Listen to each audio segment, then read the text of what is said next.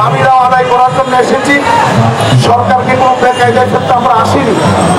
এই জন্য আমরা তাদের ডাকে সাড়া দিয়ে প্রশাসনকে সহযোগিতা করার লক্ষ্যে আমাদের উত্তাল মিছিলকে আমরা বন্ধ করে প্রশাসনের সাথে সরকারের সাথে আলোচনা করতে আমরা 8 সদস্যের একটি প্রতিনিধি দল সচিবালয়ে গিয়েছিলাম। আপনারা জানেন, আপনারা ইতিমধ্যে জেনেছেন, আমরা এই প্রস্তাবে আসার পরে আমরা আমাদের বক্তব্যে প্রতিদিন একটা বিষয় স্পষ্ট করেছি যে আগামী ঈদুল ফিতর থেকে শতভাগ উৎসব পাতা প্রদানের লক্ষ্যে অবিলম্বে শতভাগ উৎসব পাতার প্রজ্ঞাপন দিতে হবে। আমরা এটা ক্লিয়ার করেছি।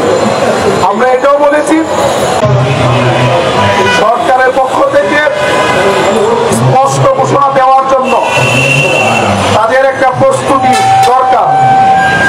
আমরা ওখানে যাওয়ার পরে যেটা বুঝলাম, এই ব্যাপারে তারা হোমওয়ার্ক আগে থেকে করেনি, যার কারণে উপদেষ্টা মহোদয় নেই।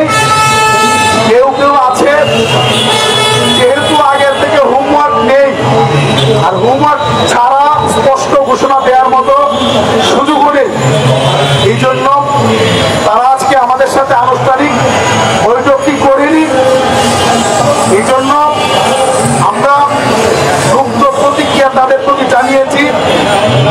আমরা ওখানে পুলিশের এডিসি ছিলেন, তাকে আমরা পরিষ্কার বলেছি আমরা তো আপনাদের সাথে কথা বলার জন্য আসি নাই, আমরা রাজপথে ছিলাম, রাজপথে আছি, রাজপথে আমাদের দাবিগুলো আমরা উত্থাপন করছি। আমাদেরকে ডেকে এনে হোমওয়ার্ক না করে এই দণ্ডামি আমাদের সাথে কেন করলেন?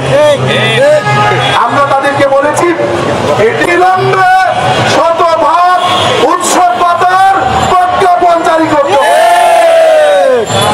বাড়ি ভাড়া, মেডিকেল ভাতা আপনি কতটুকু বৃদ্ধি করবেন এটা আপনাদেরকে এই প্রস্তাবে এসে অথবা প্রেস ব্রিফিং করে আপনাদেরকে স্পষ্ট করতে হবে। যদি না করেন আমরা আমাদের জায়গায় অটল আছি, দৃঢ় আছি। এই দাবিগুলো না নিয়ে এবং আমাদের উৎসব পাতার প্রজ্ঞাপন, বাড়ি ভাড়া, মেডিকেলের কতটুকু বৃদ্ধি এই স্পষ্ট ঘোষণা না নিয়ে আমরা এই জাতীয় প্রেস ক্লাব ছেড়ে যাব না। এর ভাষায় কথা বলার সুযোগ পেয়েছি, খোলা চত্বরে আমরা শ্রদ্ধা জানাবো। আমরা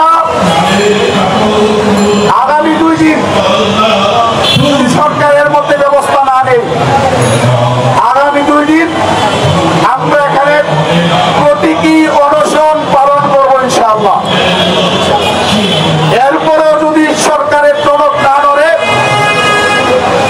আগামী রবিবার সর্বশক্তি নিয়ে আমরা 12টার সময় জাতীয় প্রেস ক্লাব থেকে মিছিল নিয়ে সচিবালয় অভিমুখে ও আমরা পদযাত্রা করবো ইনশাআল্লাহ। আমাদের কালকে যে প্রোগ্রামটি ছিল সচিবালয়ের দিকে পদযাত্রা, প্রশাসনের অনুরোধে আমরা কিন্তু কোন রকমের সিন্ডিকেট কেউ করেনি। আমরা প্রশাসনকে সহযোগিতা করে সংক্ষিপ্ত বক্তব্য দিয়ে আমরা চলে এসেছি। আজকে প্রশাসন আমাদেরকে অনুরোধ করেছে উত্তাল মিছিল আমরা থামিয়ে তাদেরকে সহযোগিতা করেছি। আপনারা যদি মনে করেন প্রতিদিনে আপনারা কৌশল অবলম্বন করে আমাদেরকে থামিয়ে দিবেন আর প্রতিদিনই শিক্ষকরা আপনাদের মিষ্টি মিষ্টি কথায় এখান থেকে ফিরে আসবে,